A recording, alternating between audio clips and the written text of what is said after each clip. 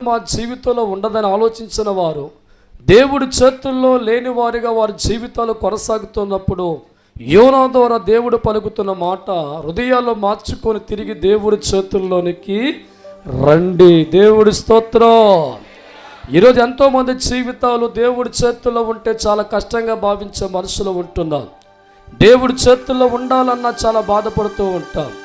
దేవుడితో ఉంటే మా జీవిత లాభం ఏంటి, దేవుడి చేతుల్లో ఉంటే ఏంటి లాభం అని ఆలోచించే చాలామంది వ్యక్తి లోకంలో కనబడుతూ ఉన్నారు. దైవజనమా, దేవుడి చేతుల్లో ఉంటేనే లాభం. దేవుడి స్తోత్రం, హల్లెలూయా. ఏ దినమైతే దేవుడి చేతుల్లో మన జీవితాలు ఉండకుండా బయటకు వస్తూ ఉంటామో వెంటనే అపవాది చేతులు మన జీవితాలు పడుతూ ఉంటాయి.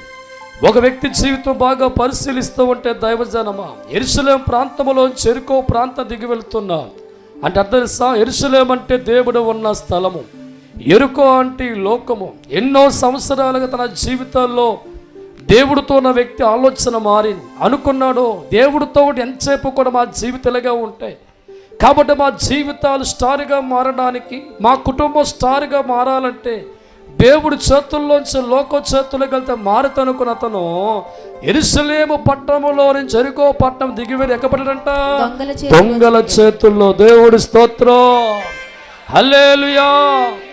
దేవుడితో ఉంటే ఆశీర్వాదం లేదా లోకంలో పరిగెడుతున్నావా? దేవుడితో ఉంటే దేవుని కన్నబల్లదు లోకంలో పరిగెడుతున్నావా? సోదరా, లోకమంతా నీ జీవితాన్ని ముంచే తప్ప నీకు మేలు చేసేది కాదు.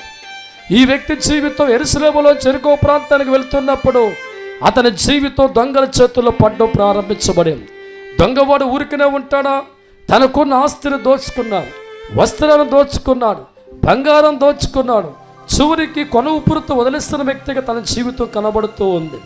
ఈనాడు ఎంతోమంది జీవితాలు దేవుడి చేతుల్లో ఆశీర్వాదం లేదని, దేవుడితో ఎటువంటి లాభం కలగదని, లోకములు ఎన్నో ఘనమైన మేలు ఉన్న ఆశించి దేవుడి చేతుల్లో ఉండవలసిన మనుషులు దేవుడి చేతుల్లో బయటికి జారి వెళ్ళిపోయిన తర్వాత ఎందరో కుటుంబాల కష్టాల వంటి బాటలో పడుతున్నారు.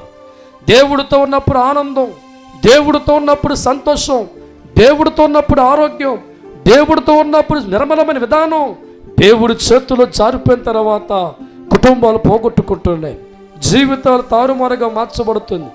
ఆనందాన్ని కుటుంబాలు దూరపచ్చు కారణం ఏ దేవుడైతే మనిషికి ఆనందం కలిగి చేయాలో, ఏ దేవుడైతే మనిషికి ఆరోగ్యం ఇవ్వాలో, ఏ దేవుడైతే కుటుంబాలు దీవించాలో, ఏ దేవుడు పాడి పంట ఆస్వాదించాలో ఆ దేవుడి చేతుల్లో సమస్తం ఉందని మనిషి గ్రహించక దేవుడి చేతుల్లో జారిపోతున్న కుటుంబాలు పగిలిపోతున్నాయి. దేవుడి స్తోత్రం.